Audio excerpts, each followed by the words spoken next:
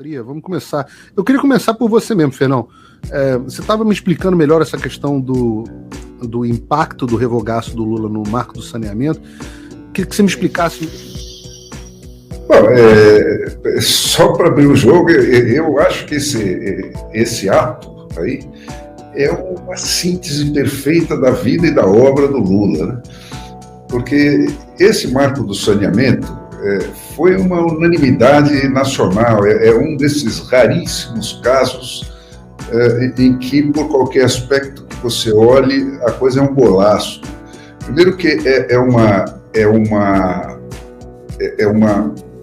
um documento muito bem trabalhado, é um assunto muito bem pesquisado, estudado, tecnicamente arquitetado, com todas as nuances necessárias.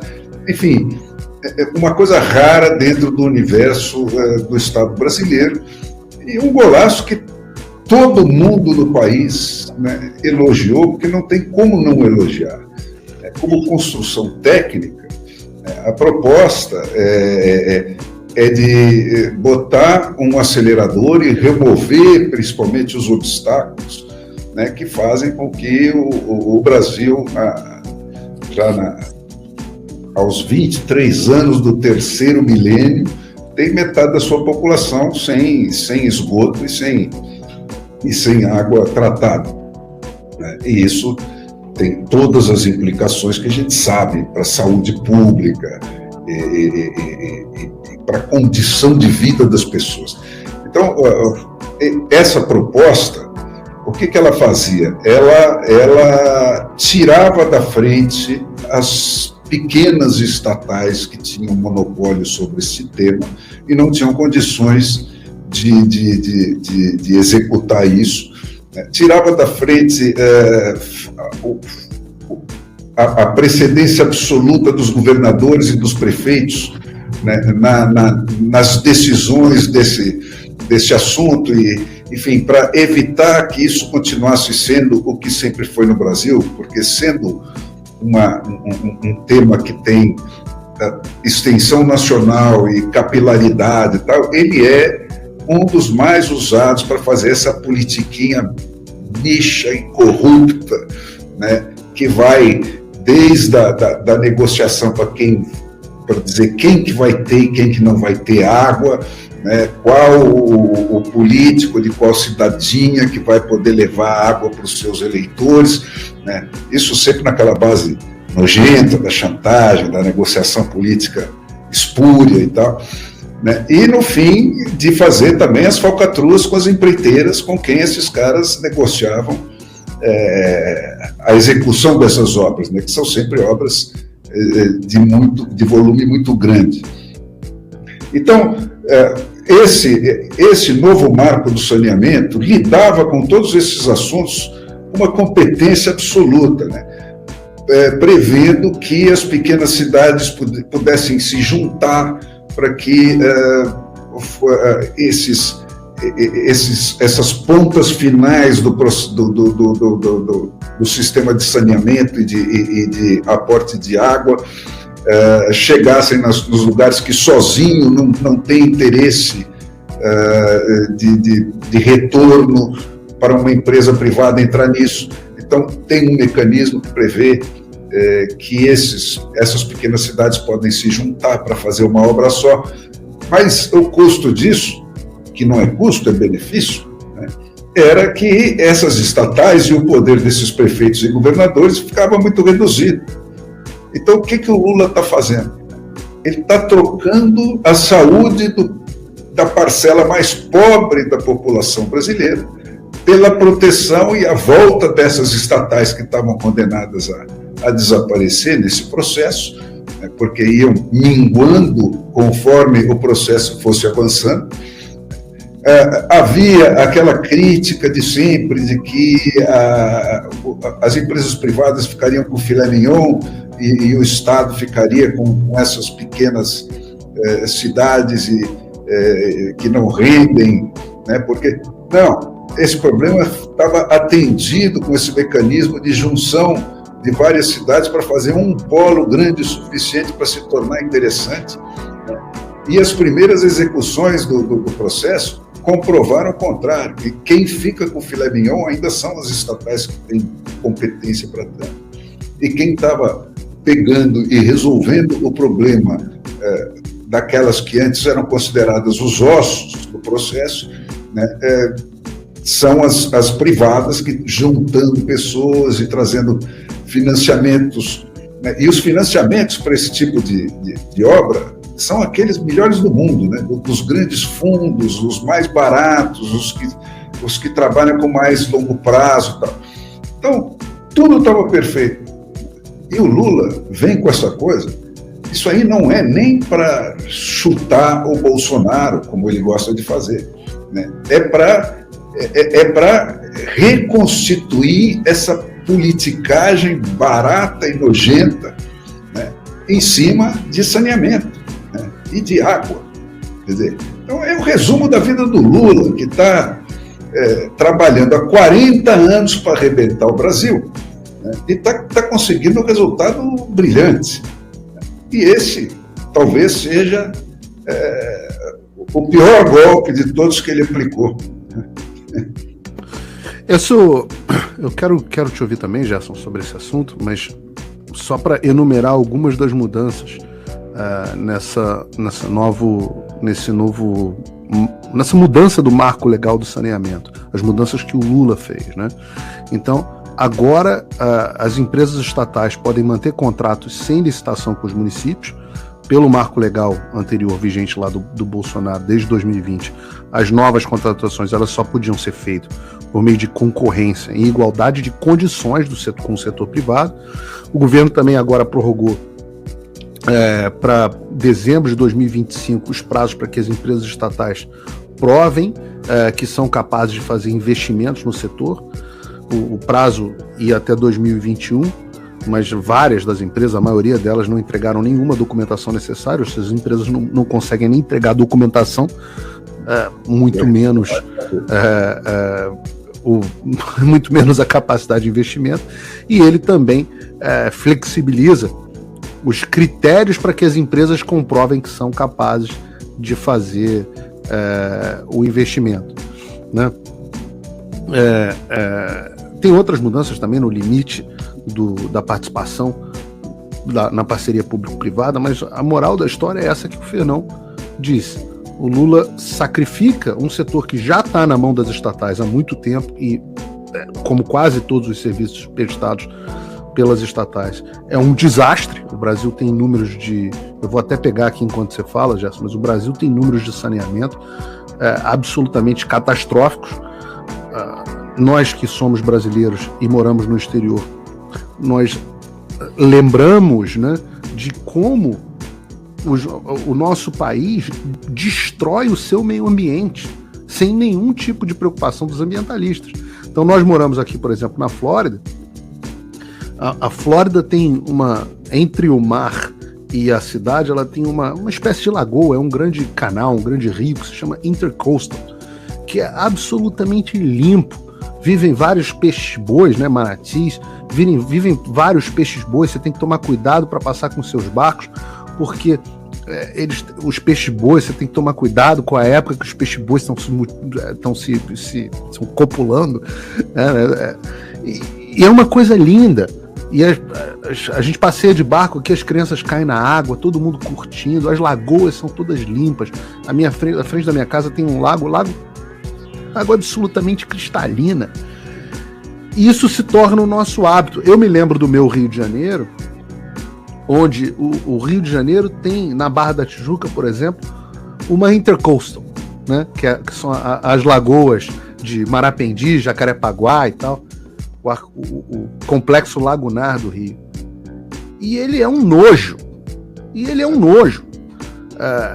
Absolutamente nojento. Quando a maré muda, e você vê ali a Barrinha, o lugar onde fica a Marina da Barra, né, o Marina Barra Clube, etc. Quando você muda a maré, você vê uma coisa horrorosa, a imagem de um verdadeiro esgoto, contaminando a praia na Barra da Tijuca, a praia ali no PP, na Barrinha, no Quebra-Mar. Você pega o lugar mais bonito, a vista mais bonita do planeta, de todos os lugares que eu já fui, para mim, é a Enseada de Botafogo. Enseada de Botafogo é a coisa mais linda do planeta Terra. E, no entanto, é um nojo. Não dá para balnear. As praias, a Baía de Guanabara, absolutamente inteira nojenta.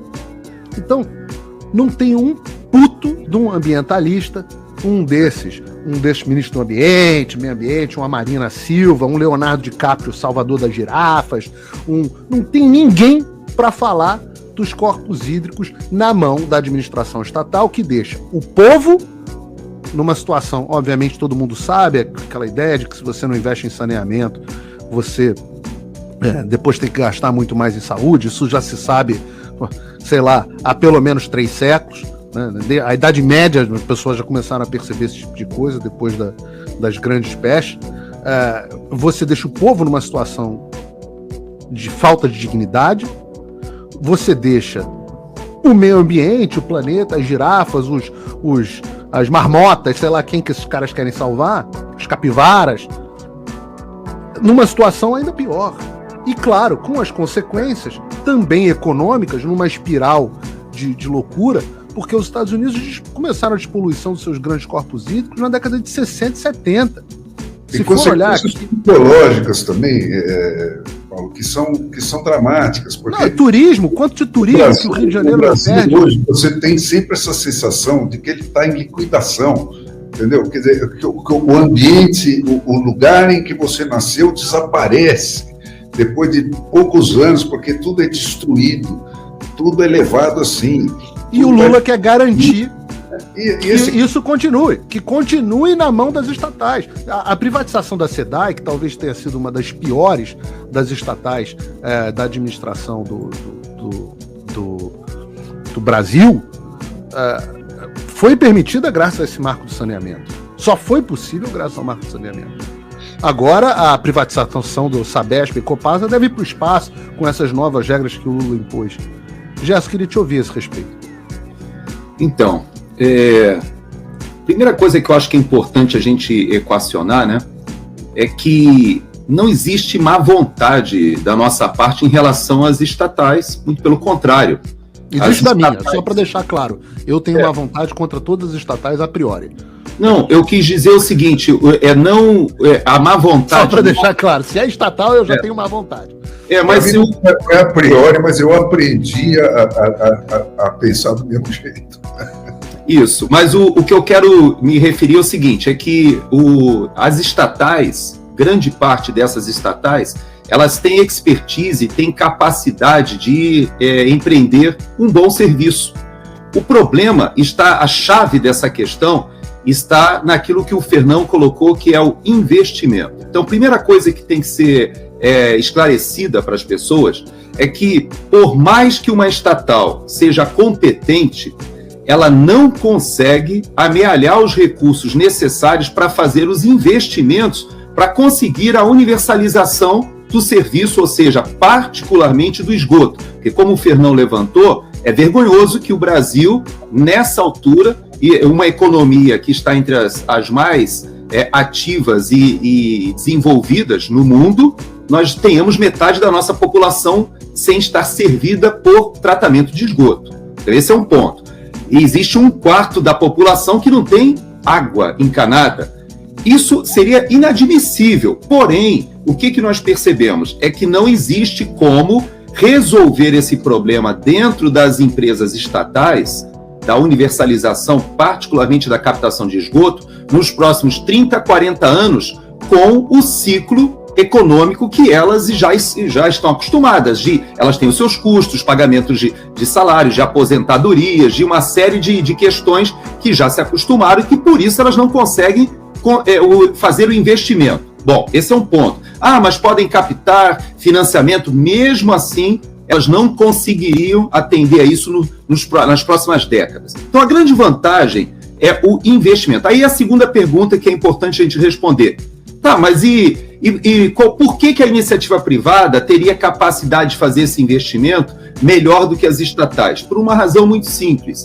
Como o próprio Fernão falou, existe capital no mundo aos montes dos fundos de pensão querendo investir exatamente em saneamento. E por quê? Por que os japoneses, europeus, americanos, todos querem achar investimento em saneamento em locais que eles tenham certeza que aquele investimento retornará nos próximos 30, 40 anos?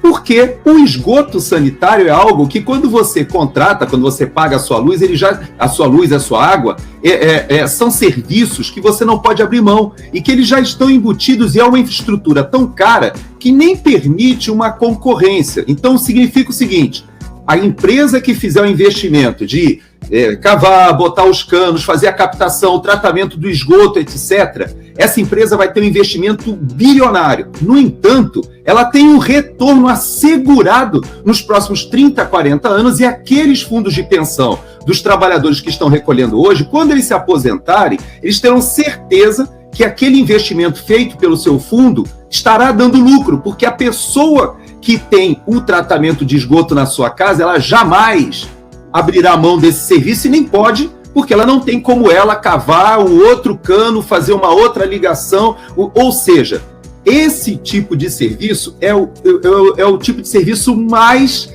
procurado por investidores de fundos de pensão internacionais. Então, quando nós conseguimos equacionar esse problema de uma forma, como o Fernão falou, sensacional, aí nós temos o corporativismo do pensamento sindical do século passado, que é isso que o PT representa, voltando ao poder. E ele olha o seguinte: não, nós temos que assegurar os direitos da categoria, nós precisamos ter esses votos, porque esses votos do sindicato, desse tipo de servidor que já se acostumou ao serviço público e vota nos partidos de esquerda para manter os seus benefícios, esse tipo de servidor tem que ser cooptado. Então vocês vejam que é um raciocínio completamente ultrapassado. E além disso, tem a questão da corrupção.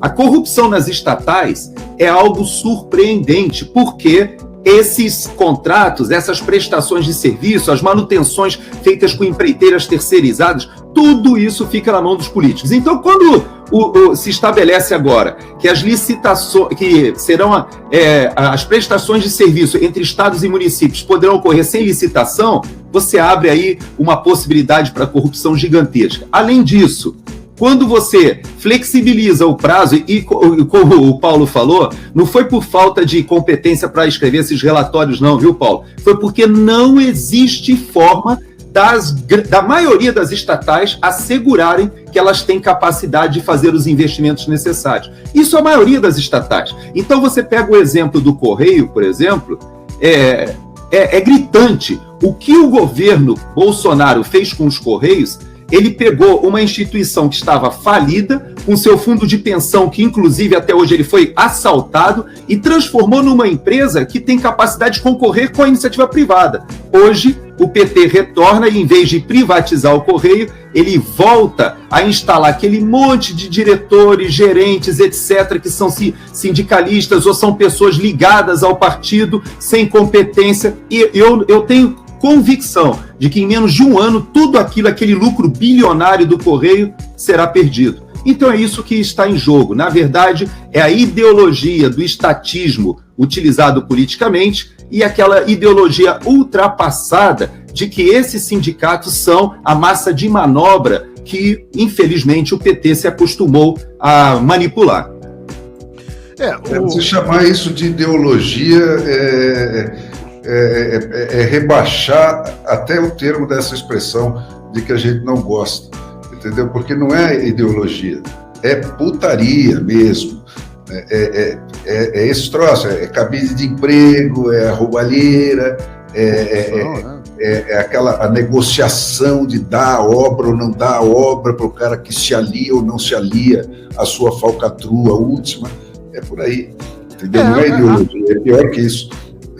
É claro, numa empresa estatal, o problema natural da falta de incentivos para que a empresa prospere. Isso empresas estatais são, em geral, mais ineficientes por conta da questão econômica básica, primeiro, em geral, são monopolistas ou oligopolistas nos seus setores, o que já é por si só um baita de um incentivo, a falta da competição já é por si só um baita incentivo à falta de produtividade. Você tem, claro, isso é em todas as estatais, por isso que eu disse que a priori eu sou contra as estatais.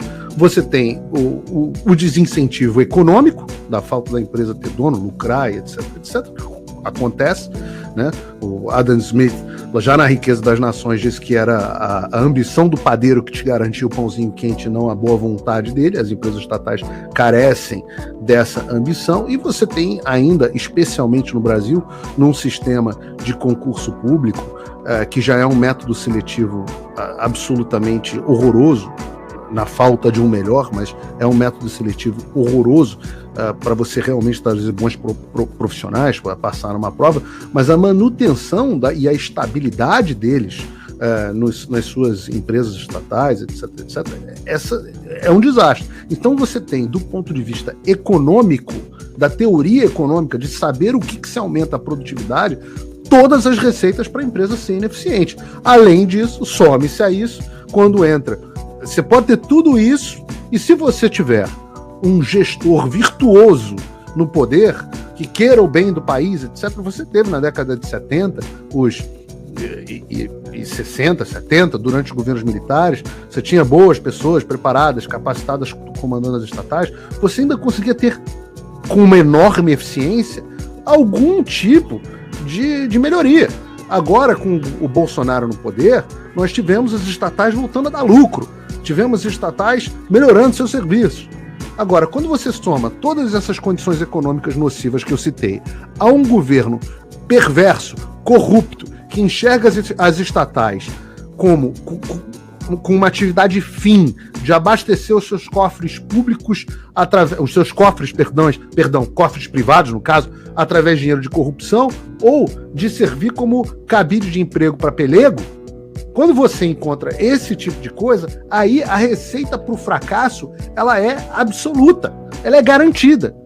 E nesse caso especificamente, quem vai sofrer são as pessoas mais pobres, sem acesso ao saneamento. E claro, o nosso belíssimo país, um dos países mais belos, mais bonitos do mundo. Eu sou suspeito que eu venho da cidade mais bonita do planeta Terra, que é o Rio de Janeiro. Então eu sou suspeito para falar, porque o Rio é a cidade mais bonita e mais maltratada também. Posso passar para o tema que eu não queria tratar, que era o massacre?